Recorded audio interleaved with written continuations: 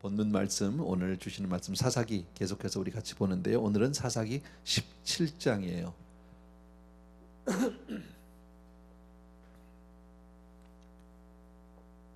지난주까지로 우리가 삼손의 이제 이야기 스토리를 전부 마쳤잖아요.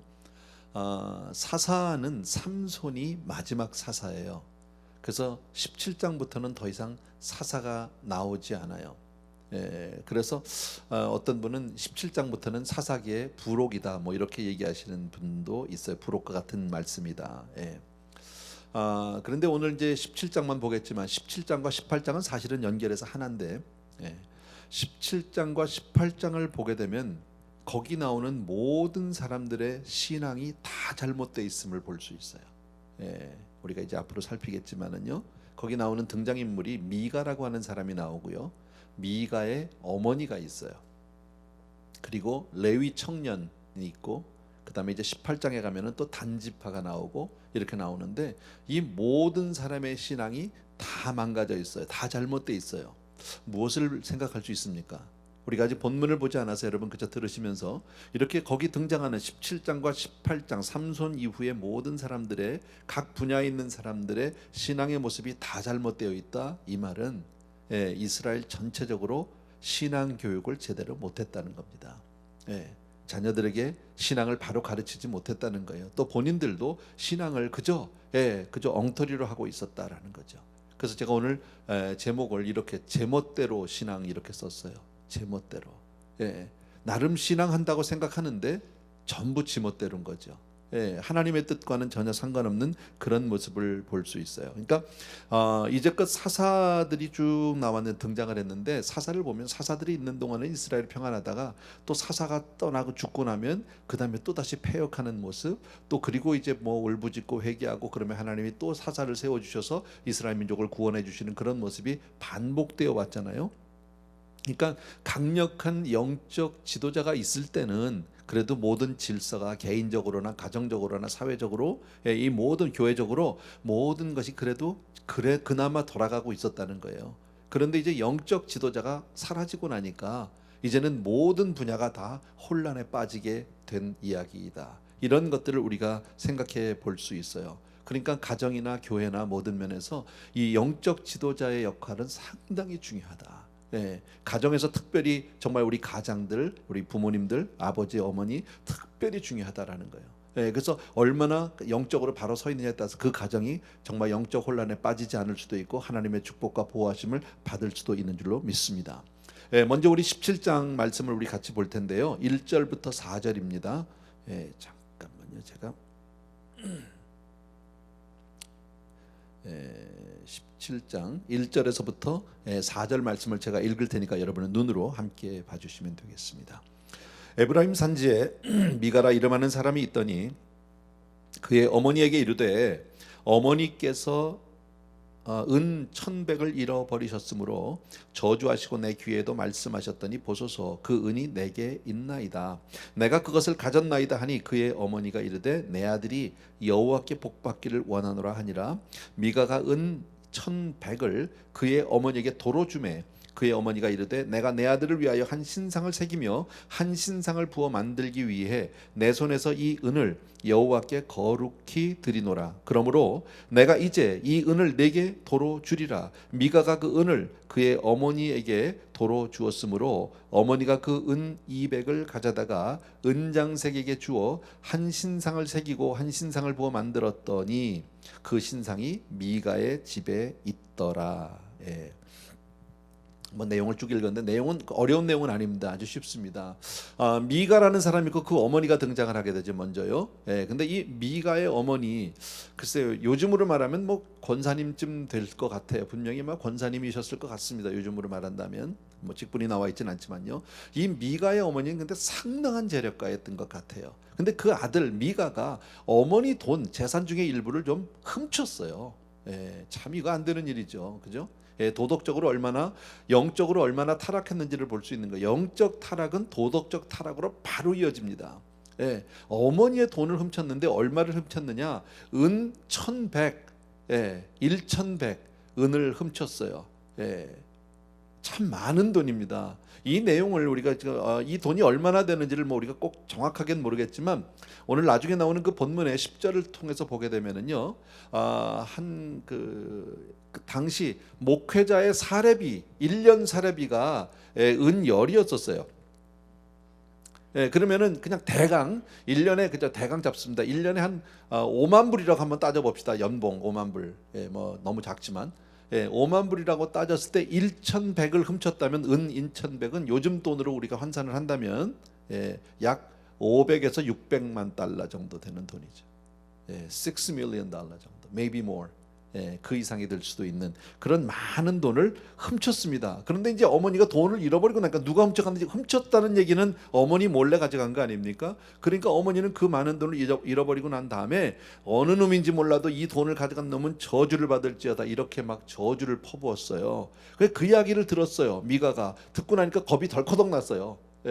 내가 저주 받으면 안 되지. 그래서 다시 어머니한테 자기가 훔쳐갔던 돈을 도로 갖다 드렸다는 거예요. 훔쳤다가 도로 갖다 놨어요.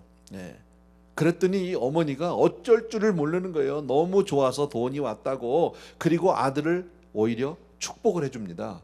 그게 우리가 지금 방금 읽었던 그 내용입니다. 어머니는 아들을 축복했어야 했을까요? 아니요. 그 전에 먼저 그 아들의 잘못을 책망하는 게 맞는 거죠. 그죠? 잘못된 것에 대해서는 책망하는 게 사랑이죠. 무조건 잘했다고만 얘기하는 게 아니죠. 아무리 내가 사랑하는 자식이라 할지라도 잘못한 게 있으면 책망하고 때리고 가르쳐야죠. 그런데 이 어머니는 그냥 돈 들어온 것만 좋았어요. 그래서 그냥 그 아들을 축복하겠다, 그렇게 이야기를 합니다. 이게 참 잘못된 거죠, 여러분. 그리고 나서 그 아들이 너무 잘했다고, 훔쳐간 돈 도로 가져온 게 뭐 그렇게 대단한 겁니까? 그거 너무너무 잘했다고 그 아들을 기념해서 신상을 하나 만들자 그래가지고 200세겔을 내놓았는데 그게 우리 돈으로 아까식으로 환산한다면 약 1 밀리언입니다. 1 밀리언 달러입니다. 상당한 돈이죠. 그 돈으로 신상을 부어서 만들고요, 미가의 집에 갖다 놓는 이야기입니다. 참 뭔가 이상하죠, 그죠? 자, 그런데 5절 보겠습니다. 그 사람 미가에게 신당이 있으므로, 뭐가 있어요? 신당이 있어요. 요즘으로 말하면 가정재단이 있는 거예요. 가정교회가 있다고. 그러니까 이건 가상의 교회, 우리가 모이는 어떤 셀처치 그런 개념이 아니라 실제로 건물을 지어놓고 가정의 사당, 신당, 교회 이렇게 만들어 놓은 겁니다. 그가 에봇과 드라빔을 만들고 한 아들을 세워서 그 제사장으로 삼았더니, 이게 참 놀라운 일이죠. 이 사람이 지금 뭐 하고 있는지를 잘 보십시오. 미가는 자기 집에 있는 신당에서 자기가 사용하려고 이제 갖다 드리고 나서, 돈은 별로 자기가 훔쳤다가 못 썼지만 도로 갖다 드리고 나니까 어머니가 막 뭐 자기를 칭찬을 하고, 그리고 뭐 합니까? 또 우상을, 신상 만들어서 우상 만들어서 막 세우고 기념 어떤 뭐 동상을 만들었는지 모르겠지만 그걸 만들어 놓고 나니까 이 사람이 아주 기가 막 살아났어요. 그 자기 집에서 이런 이 기회에 좀 교회를 좀 새로 해야 되겠다. 이래가지고 뭘 만들었냐면 에봇은 제사장이 입는 그 조끼 같은 거예요. 이건 아무나 입을 수 있는 게 아니에요. 근데 그 에봇을 만들고요. 드라빔은 이게 창세기 보면 나오는데 바로 이게 그 가지고 다닐 수 있는 우상이에요. 포러블. 쉽게 말하면 불교식으로 말하면 작은 불상이라고 생각하시면 됩니다. 그러니까 정말 엉뚱한 짓 하고 있는 거죠. 그리고 교회는 있잖아. 자기 집에 조그만 교회지만 교회 있죠. 에봇, 우리 식으로 말하면요, 강대상 새로 했어. 십자가 아주 멋있게 하나 새로 만들어 왔어. 지금 그 얘기예요. 그리고 나니까 교회 있죠. 그리고 강대상 새로 했죠. 그리고 십자가 새로 잘 걸어놨죠. 근데 뭐가 없어? 목사가 없어. 그러니까 어떻게 했냐면 자기 아들 중에서 그저 한 놈 세워서 목사를, 제사장을 삼았다. 정말 웃기고 앉았는 거죠. 주의 종은 내 마음대로, 사람 마음대로, 우리 마음대로 세울 수 있는 게 아니잖아요. 그죠? 하나님이 택하시고 하나님이 세우셔야 되는 건데 아무도 물어보지 않아요, 여러분. 그리고 자기 집에다가 이미 가정교회 신당을 지어놨다. 생각해 보세요. 광야에서 하나님이 성막을 지을 때도 모세에게 그 모든 치수와 문양과 모든 것을 일거수일투족 하나하나 어떻게 지라고, 우리 읽다 보면 너무 막 짜증나는 구절들이 얼마나 많았습니까? 뭐가 몇 규빗, 뭐가 몇 규빗, 뭐가 몇 규빗, 발음도 잘 안 되네요. 어쨌든 그런데 이 미가는 그런 것 싹 무시하고 그냥 자기 멋대로 그것도 하고, 그냥 뭐 에봇도 만들고 드라빔도 만들고. 근데 더더욱 웃기는 거는 뭐예요? 하나님은 그런 거 하라고 한 번도 얘기하신 적이 없다라는 거예요. 근데 그냥 내 마음대로 다 하는 거예요, 여러분. 미가가 왜 이럴까요? 무엇 때문에 이럴까요? 그냥 자기 만족이에요. 자기 스스로 복받겠다는 거예요, 여러분. 그러니까 자기가 복받으려고 그냥 교회를 막 짓는 거야, 지 멋대로. 그래서 제 멋대로 신앙이라고 제가 해놨어요. 그리고 나서 6절에 유명한 구절이 나옵니다. 이 구절을 같이 한번 우리 가정에서도 우리 성도님들 같이 읽겠습니다. 시작. 그때에 이스라엘에 왕이 없었으므로 사람마다 자기 소견에 옳은 대로 행하였더라. 이 유명한 구절입니다. 이 구절은 바로 사사기 전체의 주제라고 할 수 있는 구절이에요. 사사기 전체를 아주 집약적으로 요약하는 것이 바로 이 한마디인데, 이 유명한 구절이 사사기 끝에도 나오고 앞으로 자주 나옵니다. 그런데 이 고백이 여기서 처음 나옵니다. 이스라엘에 왕이 없었으므로 사람마다 자기 소견에 옳은 대로 행하였더라. 자기 멋대로 했더라. 이것이 처음 오늘 나와지는, 여기서 처음 나오는 구절이다라는 겁니다. 자, 우리가 보게 되면 이제 끝까지 미가가 한 모든 일을 보게 되면 전부 다 하나님의 이름으로 하고 있다라는 거죠. 교회 일을 하는데 모두가 다 여호와의 이름으로 교회 안에서 행해지고 있어요. 교회를 위해서 했어요. 그죠? 교회를 위해서 신상도 교회를 위한 건 아닌가요? 그거는 자기 아들을 위해서 했나요? 어쨌든 했고요. 에봇 교회를 위해서 한 거죠.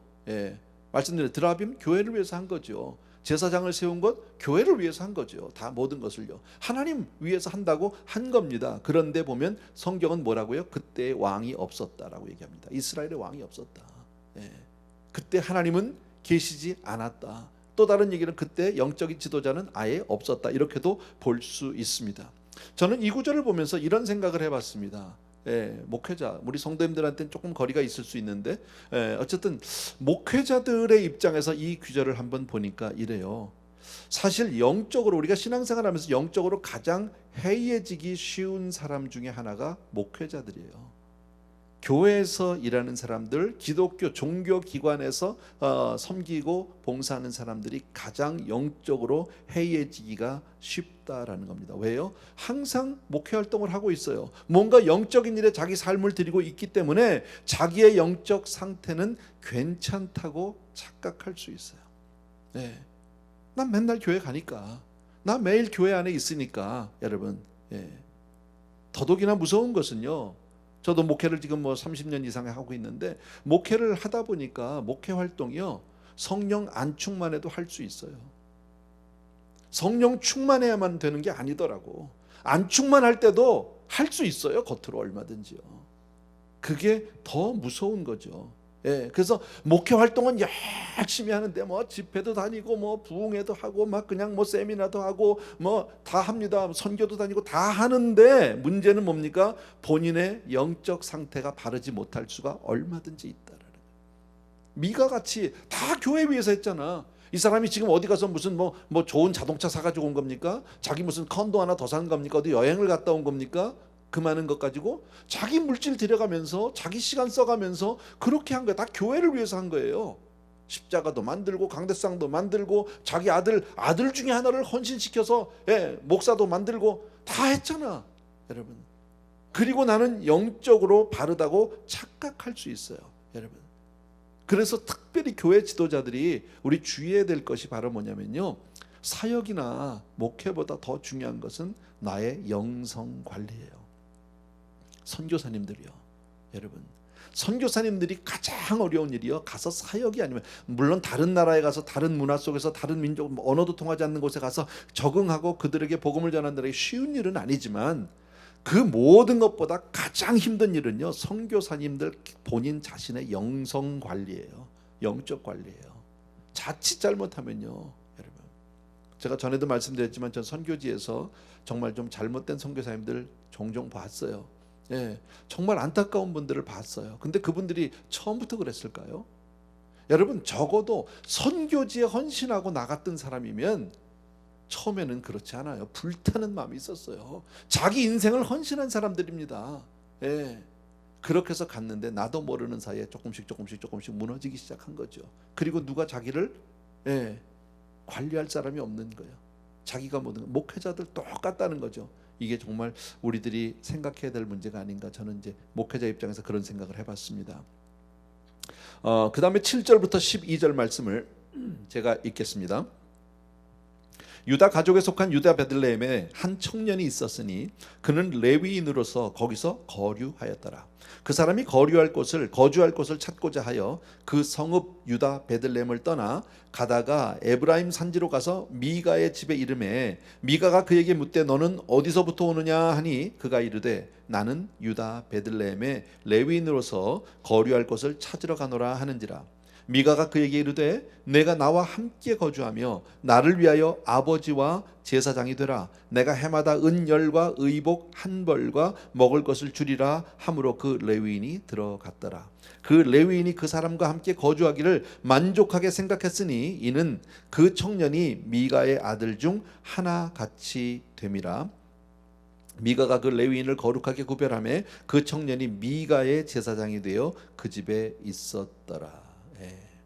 여기서 나오는 또 다른 등장인물 하나가 바로 뭡니까? 레위 청년입니다. 자, 미가는 그렇게 해서 교회도 세웠고 목회자도 세웠습니다. 아들 중에 하나를 목사를 만들었습니다. 그런데 아마도 미가는 그렇게 했는데, 내가 그만큼 헌신했는데, 그렇게 내가 교회도 세웠고 내가 지금 십자가도 강대상도 그렇게 내가 헌신했고 더군다나 내 아들을 목회자로 했는데 이게 복이 안 오는 거야. 뭐가 잘 될 줄 알아서 막 돈이 벌어지고 막 이럴 줄 알았겠죠. 근데 별일이 없는 거예요. 뭔가 이게 흡족함이 없어. 답답해. 그런데 마침 레위 소년 하나가 어디 거주할 곳을 찾으러 왔다 갔다는 레위 소년을 하나 만나게 됩니다. 그래서 그 사람하고 그 레위 소년하고 미가하고 만나서 서로 그저 합의하고 그 계약을 체결해서 목사 월급 얼마 받기로 하고 그 미가 집에 제사장이 되던 목사가 되었다, 그 얘기예요. 얘기는요. 자, 그런데 우리가 여기 생각해 볼 게 바로 뭐냐면 이 레위 소년이, 물론 제사장은 레위 지파에서 나오는 게 맞죠. 하나님이 그렇게 말씀하셨죠. 그런데 이 레위 소년이 제사장이 될 만한 사람인가 하는 문제예요. 여러분, 이거는 정말 하나님께서 이스라엘 모든 지파에게 가나안에 들어가서 모든 그 기업을 주셨어요. 땅을 주셨어요. 그죠? 그런데 레위 지파에게는 땅을 주지 않았어요. 그리고 나머지 11 족속이 레위 지파를 섬기게 했어요. 자기들의 11조를 가지고 섬기겠단 말이지. 그러니까 제사장 지파는 기업이 없는 거예요. 그리고 직업을 찾아서 돌아다닐 수 없어요. 거주를 다른 데로 옮길 수도 없어요. 교회에서 헌신하면 그저 나머지 11지파가 알아서 그냥 그 삶을 생활을 책임지는 거예요. 지금도 마찬가지 아닙니까? 우리 목회자들은 우리가 월급이라고 얘기하지 않잖아요. 사례라고 얘기합니다. 만약에 월급이라면 우리도 계약해야죠. 무슨 운동 선수들이나 무슨 유명한 기업인들 갈 때까지 계약해야지. 1년에 얼마 주겠냐, 연봉을 얼마 주겠냐, 인센티브는 얼마냐, 해야 되잖아. 근데 목회자들은 그런 게 없거든요. 제가 우리 교회 많은 목회자들을 모셨지만 올 때 내가 얼마 드립니다라고 약속하고 부른 사람은 한 사람도 없어요. 그리고 올 때 나한테 물어본 사람도 없어요. 내가 이 교회를 가면 내가 부목사가 되면 얼마를 주실 겁니까? 그거 좀 적습니다. 좀 더 주십시오. 이렇게 나하고 딜하는 사람은 한 사람도 없어요. 만약 그렇게 딜했기 때문에 안 뽑았죠. 왜? 우리는 사례니까. 그냥 우리는 주를 위해서 교회를 통해서 봉사하고 섬기고요. 그리고 교회는 그것을 목회자들이 생활할 수 있도록 책임져 주는 거, 그게 사례예요. 만약에 교회가 너무 어려워진다, 그럼 못 주는 거죠.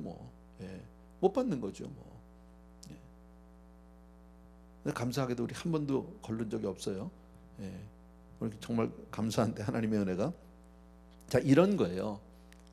근데 이 레위 소년은 지금 먹고 사는 문제 때문에 좀 더 잘 먹고 잘 살아보려고 여기 기웃 저기 기웃하다가 미가하고 만났다는 거예요. 그럼 이 사람은 과연 제사장의 자격이 있는 사람일까요? 아닐까요? 물어보는 많았잖아. 그죠? 예. 특별히 우리 목회자들이 만약에 먹고 사는 문제로 우리가 움직이기 시작을 한다면 그건 분명한 거예요. 타락한 거예요. 여러분. 돈 더 준다고 그래서 만약에 사역지를 옮겼다. 다 이유는 있죠. 하나님이 부르셨다고 그러지. 근데 그거는 아니에요. 여러분. 더더욱 놀라운 것은요. 18장 끝에 보면 그 사람이 누구냐면 이 지금 레위 소년이 누구냐면 모세의 후손이에요. 그러니까 정말 뼈대 있는 집안의 자식이야. 그잖아요. 다른 사람도 아니고 모세의 후손이라고. 모세 후손. 대단한 거 아니에요, 여러분. 이걸 보면 우리가 뭘 알 수 있어요? 신분이 신앙을 지켜주지 못해요. 가문이 신앙을 지켜주지 못해요. 조상이 누구냐도 중요하지 않아요. 여러분, 중요한 건 바로 뭡니까? 지금 내가 신앙생활하면서 성령님과 동행하고 있느냐, 정말 참 하나님을 내가 만나고 있느냐, 그게 훨씬 더 중요한 문제. 훨씬이 아니, 그게 다예요. 여러분, 그게 다예요. 13절 읽겠습니다. 제가 읽습니다. 이에 미가가 이르되 레위인이 내 제사장이 되었으니 이제 여호와께서 내게 복 주실 줄을 아노라. 이제 뭐예요? 이제 제대로 된 목사 데려왔다 이거예요. 제대로 된 목사. 레위인을 데려왔어요. 건물 잘 지어놨죠. 그리고 좋은 신학교 나온 목사 데려다 놓은 거야. 그러니까 이제는 복 받을 일밖에 없다 이렇게 얘기하는 거죠, 여러분. 지금 미가의 신앙이 결정적으로 잘못된 게 뭘까요? 여러분, 저와 여러분이 신앙생활하는 건 하나님의 영광을 위해서예요. 하나님의 영광을 위해서. 내가 복 받으려고 신앙생활하는 게 아니에요. 맞습니까, 여러분? 정말 내가 교회를 나오고 우리가 하나님을 섬기고 신앙생활하는 게 나 복 받자고, 내가 좀 더 잘 되자고, 아이들 잘 되라고, 사업 잘 되, 그러자고 내가 지금 예수 믿는 게 아니에요. 하나님의 영광을 위해서. 이것이 바뀌면 안 된다라는 겁니다. 그런데 가짜 종교는 하나님의 영광이 아닌 자기 개인의 복에만 초점을 두고 있어요. 이제 내가 복 받겠다 다 했으니까. 그러니까 이제껏까지 다 지금 이게 뭡니까? 이게 준비를 한 것은 뭐 한 거예요? 밑밥을 딱 깔아놓은 건 뭐 하려고 한 거예요? 자기 복 받으려고 한 거예요. 지금 여태까지요. 하나님의 영광하고 아무 상관없어요. 이름은 다 하나님을 위해서 교회도 세웠고 하나님을 위해서 십자가도 만들었고 목사도 데려왔고 다 했는데 결국 원하는 건 뭐 자기 중심은 복 받겠다는 거예요. 그러니까 자기 아들 목사 세웠는데 별로 복이 안 오니까 이거 아니야. 내 아들이 보니까 신학교를 제대로 못 나왔어. 좋은 저 학교를 안 나온 사람이 와서 이렇게 목회하니까 안 돼. 그래서 좋은 신학교 나온 사람 불러야 돼. 박사학위 있는 사람 불러야 돼. 지금 이런 거예요. 쉽게 말하면요. 더군다나 지금 레위 소녀는 모세의 후손 아닙니까? 대단하거든요. 제대로 이번에 정말 목사님 제대로 데려왔어, 막 이거죠. 그리고 이제는 내게 복 주실 것이다라는 겁니다. 여러분, 여기서 우리가 하나 생각해 볼 거가 있어요. 또 하나가 바로 뭐냐면요, 여러분, 형식주의. 사람들은 대개는요 내용보다는 형식을 먼저 취하기를 원해요. 그게 쉽거든. 내용은 어려워요, 여러분. 내용이 없는 형식주의. 쉽게 말하면 이런 거예요.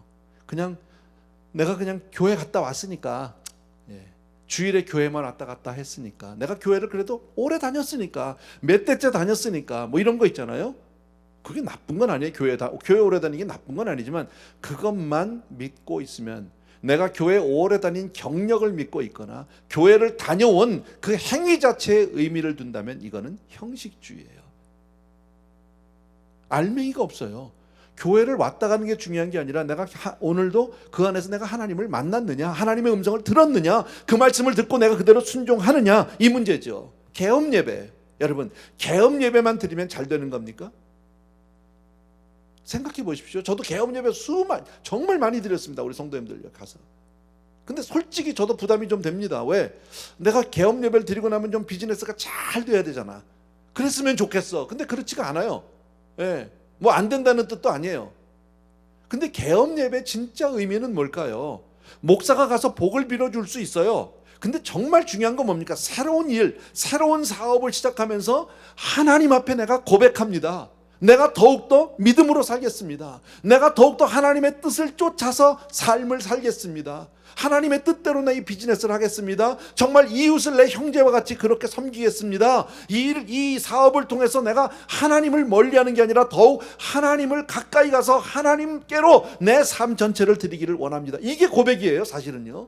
그리할 때 하나님이 이 모든 것을 더하는 복을 주실 수 있어요. 근데 만약에 개업 예배를 드리는데 예배를 통해서 그냥 복만 기대하고 있다면 예배 드렸으니까 하나님 복 주실 거야. 이건 미가예요. 오늘 나온 미가하고 다를 게 하나도 없어요. 또 비슷한 게 뭔지 아세요? 결혼식에 주례를 누가 하느냐예요. 예. 이왕이면 담임 목사님이 주례를 받아야지. 주례를. 예. 부목사님 말고. 예. 왜요? 누가 하느냐가 중요한 겁니까? 아니에요. 결혼식에서 주는 그 메시지가 정말 내가 그 말씀대로 살 것인가 못 살 것인가, 내가 어떻게 살려고, 그걸 듣고자 하는 거예요. 그래서 예배를 드리는 거예요. 그리고 두 사람의 첫 시작을 하나님과 정말 부모님과 그 친지들 앞에서 내가 고백하는 거예요. 앞으로 잘 살겠습니다. 하나님 앞에 내가 서약하고 삽니다. 이건데 여러분, 제가 여태까지 경험을 해보면요, 많은 예배가 있잖아요. 이벤트들이, 뭐 이벤트라고 그럽니까? 여러 그 경우들이 있는데 제일 예배 설교하기 어려운 설교가 결혼식이에요. 왜냐하면 아무도 안 들어. 네. 아무도 듣는 사람이 없어. 나는 열심히 준비했는데 그 메시지를 전하려고 하는데, 첫째는요, 하객들은요, 축하객들은 와가지고 빨리 끝나고 밥 먹을 생각밖에 안 해. 예. 그리고 신랑 신부는 들떠서 안 들어. 예. 그렇다고 그래서 내가 나중에는 막 그랬어요. 저는 보통 주례할 때 그래서 하객들 싹 무시하고 나하고 얘기하자, 이렇게 신랑 신부하고만 얘기해요. 예. 어차피 안 듣는데 뭐. 여러분, 와서 앉아 있고, 그럼 목사가 한번 서가지고 뭐 예배 드리는 형식이 중요한 겁니까? 거기엔 아무 의미 없어요. 괜히 목사 불러놓고 시간만 낭비하는 거예요. 그거는요. 그럴 필요 없어요, 여러분. 이게 다 형식주의예요. 신앙, 우상숭배의 차이점이 뭘까요? 뭐 여러분 너무 잘 아시는 건데, 여러분, 신앙은요, 하나님 앞에서 내가 어떤 사람이 되어져야 하느냐 하는 문제예요. 우리가 신앙을 한다는 것은 내가 정말 신앙생활을 하면서 내가 어떤 사람으로 변해갈 것인가, 정말 하나님이 원하는 모습으로 내가 하나님의 뜻대로 순종하는 사람이 내가 되어질 것인가, 그건 나 자신에 대한 이 자기 채찍이라고 볼 수 있어요. 근데 우상은요, 우상은 내가 변하는 데는 관심 없어요. 어떻게 하면 복 받을까만 하면 돼요. 나는 괜찮아. 나는 항상요. 나는 안 변해. 나는 건들지 마. 그냥 그 복되는 것만 가르쳐줘. 예. 뭐 제가 뭐 토정 비결이나 뭐 그런 점을 쳐본 적은 없는 사람인데 한 번도요. 뭐 그럴 일이 있겠습니까? 예. 근데 토정 비결이나 뭐 점 치는 사람이 가가지고 점쟁이한테 그거 묻습니까? 금년에 내가 어떤 사람이 돼야 할까요? 뭐 이런 거 물을까요? 안 물어봐요. 예. 그잖아요. 자기 자신은 관심이 없어요. 복에만 관심이 있어요. 여러분. 성경은 오늘 이 사건을 통해서 성경이 뭘 얘기하느냐면요, 기독교가 하나님 앞에 바른 길을 가지 못하면 미가처럼, 이 레위 소년처럼, 그 어머니처럼 우상 종교로 전락할 수 있다라는 거예요. 기독교라는 허울을 가진 또 다른 우상이 될 수 있어요. 얼마든지 그럴 수 있다라는. 우상 종교는 절대 삶의 근거가 될 수 없어요. 왜? 고난이 찾아오고 역경이 찾아오면 못 이겨. 왜? 복만 바랐는데, 복 받고 싶었는데, 난 잘 될 줄 알았는데, 내가 이렇게 교회를 그래도 몇 년을 다녔는데, 내가 안수 집사인데, 내가 장로인데, 어떤 타이틀을 가지고 나가면, 그것만 내세우면, 제가 그러잖아요. 교회만 오래 다닌 거는 자랑이 아니라니까. 여러분, 초등학교 15년째 다닙니다. 그 자랑입니까? 그건 부끄러운 줄 알아야죠, 여러분. 좋은 대학 들어간 거 참 중요해요. 서울대학 바지 달고 다니는 건 너무너무 중요한 거지. 너무 자랑이죠. 근데 들어가서 공부 안 했어. So what? 뭐가 달라? 여러분, 좋은 교회 다니는 건 정말 감사한 일인데, 축복의 하나님 주신요, 에브리데이 교회를 나오는 성도님들 정말 복 받은 거야. 이렇게 좋은 교회가 있어요? 그런데 그 가운데서 내가 공부 안 하면요, 그 가운데서 내가 신앙생활을 바로 안 하면 나하고 무슨 상관이야 그게. 나는 실력이 없는데. 여러분, 그건 형식주의라는 거지. 그건 우상과 다를 게 하나도 없다라는 거죠. 여러분, 정말 복만 원하고 복받기만 원했는데 나에게 고난이 찾아오고 힘든 역경이 찾아오게 되면 그 다음엔 뭐가 나올까요? 빈 껍데기 신앙이 다 드러납니다. 그때는 아야야야야 무너지기 시작한단 말이지. 여러분, 신앙의 내용이 없으면 그 신앙은 가짜 신앙이 되기가 너무 쉽다라는 거예요. 바람에 나오는 겨와 같을 수 있어요. 여러분, 우리는 오늘 메시지는 아주 심플합니다. 정말 주의 말씀을 듣고 바른 신앙이 되어야 할 줄로 믿습니다. 정말 순종하는 사람이 되어야 할 줄로 믿습니다. 그래서 마지막으로 우리 호세아서 4장 6절 말씀인데 한번 같이 읽었으면 좋겠어요. 같이 읽습니다. 시작. 내 백성이 지식이 없으므로 망하는도다. 내가 지식을 버렸으니 나도 너를 버려 내 제사장이 되지 못하게 할 것이요, 내가 내 하나님의 율법을 잊었으니 나도 내 자녀들을 잊어버리리라. 알맹이 없는 신앙을 지금 책망하고 계시잖아요. 내 백성이 지식이 없으므로 망한도다. 너무너무 유명한 구절 아닙니까? 여러분, 바로 우리는 이런 이 미가와 또 레위 소년의 그런 모습을 보면서 우리는 이렇게 되면 안 되겠다. 여러분, 교회 안에서 우리가 정말 가짜 신앙, 거짓 신앙, 제멋대로의 신앙을 가지면 안 되잖아요. 정말 안 되잖아. 여러분, 한 분 한 분, 오늘 더더욱이나 우리 성찬도 정말 오랜만에 성찬식에도 우리 참여했는데 정말 우리 한 분 한 분이 주 안에서 정말 신실하고 복된 성도가 되길 주의 이름으로 축복합니다. 아멘. 그래서 오늘 우리 찬양을 하나 드리는데 우리가 잘 아는 찬양인데요, 얼마 전에 이 간증을 알았어요. 나는 하나님을 예배하는 예배자입니다 하는, 우리가 좋아하는 찬양이잖아, 최근에요. 근데 이 찬양 가사가 지어진 배경이 우리 에브리데이 교회라는 것을 알게 됐어요. 몇 년 전에 한국에서 잠깐 이렇게 미국으로 아마 잠시 와서 사셨나 봐요. 그 한 사모님인지 잘못, 남편이 사역자라고 그러는데요. 아마 미국에 아마 잠깐 공부 때문에 잘 모르겠어요. 내가 누군지 등록한 교인이 아니라 잘 모르겠는데 어느 날 정말 아기가 있어서, 어린 아기 때문에 늘 아기방에 있었고, 아기방에 왜 있었는지 몰라요. 맡기면 되는데 아마 못 맡겼는지요. 어쨌든 그랬대요. 그래서 예배를 제대로 드릴 수가 없다가 어느 날 자기 남편에게 부탁을 하고 자기가 예배에 들어왔다는 거예요. 그 너무 설레었대요. 자기가 본당에 앉아 있다는 것만 해도 막 가슴이 벅차서 뭐 하나님 앞에 정말 이 가슴이 떨리고 눈물이 날 지경으로 너무 좋았다는 거예요. 그런데 예배를 드리고 있는데 바로 연락이 왔대요. 그날 너무 자기가 흥분해가지고 예배 드릴 수 있다는 흥분 때문에요. 그때 자기 아이가 이제 막 이렇게 집에서는 기저귀를 안 채우고 밖에 나갈 때만 기저귀를 하는 거에 트레이닝 기간이 있잖아요. 그럴 때였었는데 자기가 깜빡하고 기저귀도 챙겨오지 않고 아기가 엑스트라 옷도 안 가지고 왔대.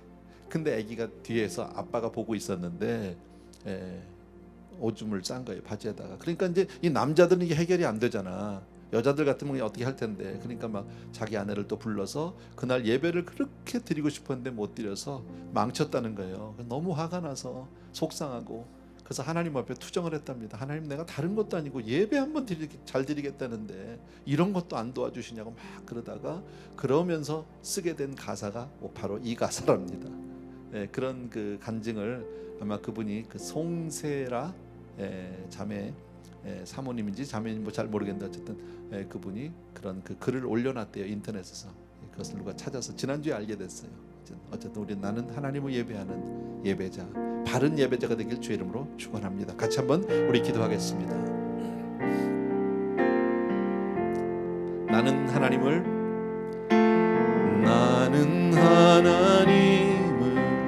예배하는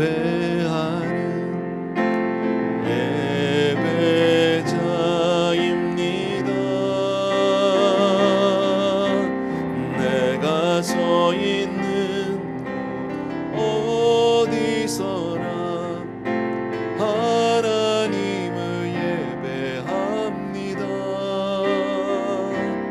내 영혼 거룩한 은혜를 향하여 내 마음 완전한 하나님 향하여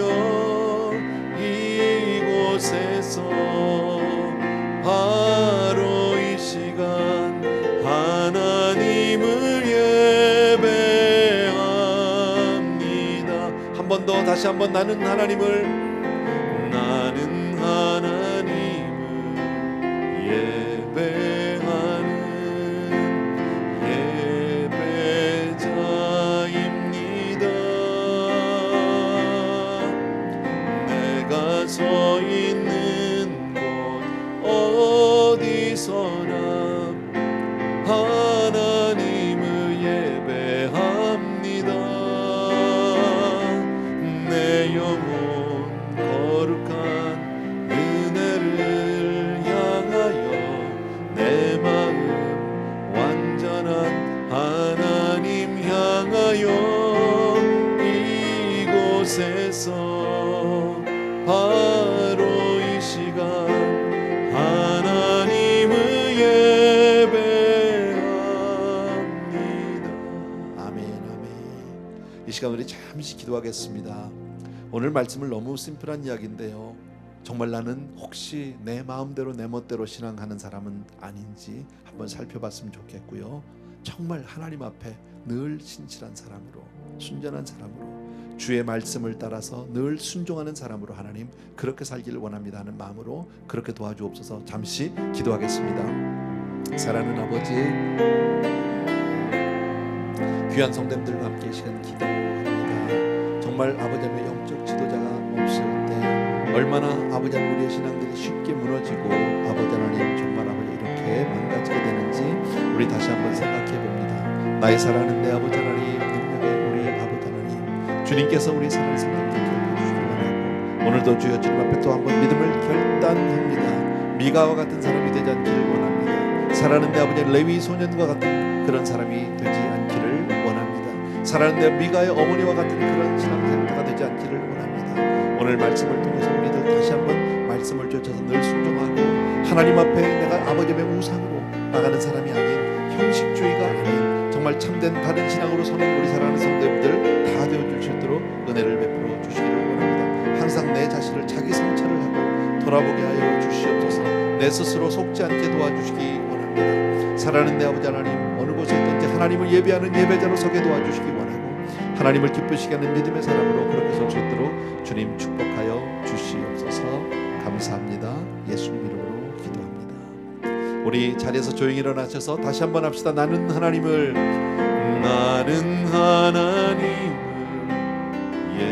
예배하는 예배자입니다.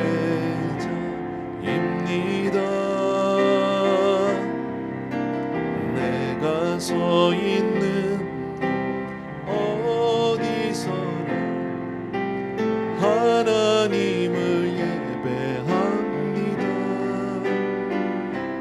내 영혼 거룩한 은혜를 향하여 내 마음 완전한 하나님 향하여 이곳에서 바로 이 시간 하나님을 예배합니다. 아멘, 아멘.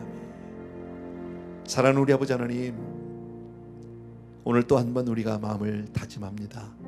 언제 어느 곳이든지 하나님이 원하시는 그런 바른 예배자 되게 도와주시기 원하고 항상 자기 성찰에 힘쓰는, 자기 정말 회개에 힘쓰는 우리가 되게 하여 주시옵소서. 아버지 하나님, 나 자신의 개인을 위한 나 중심의 신앙이 아닌 하나님의 영광을 위해서 사는 우리 사랑하는 성도님들 다 되어줄 수 있도록 은혜를 베풀어 주시옵소서. 오늘도 하나님 앞에 아름다운 예물들을 드리면서 하나님 이것으로 하나님 앞에 다 드렸다는 것이 아닙니다. 하나님, 이 작은 물질을 통해서 하나님 우리의 삶을 고백하고 믿음을 고백하고 하나님 앞에 우리의 마음과 결단을 올려드립니다. 귀한 성도님들의 삶입니다. 받아 주시옵소서. 오직 주 안에만 있게 하여 주시옵소서. 그리고 주님 마음껏 축복하여 주시옵소서. 이제는 우리 주 예수 그리스도의 은혜와 하나님 아버지 그 무한하신 그 사랑하심과 성령님의 오늘도 한 분 한 분 기름 부으시고 은혜로 함께 해주시는, 붙들어 세워주시는 놀라운 은혜가 이 자리에 있는 모든 사랑하는 성도님들, 또 멀리 선교지에서 예배드리는 모든 영혼들 위해 이제로부터 영원토록 함께 계실지어다.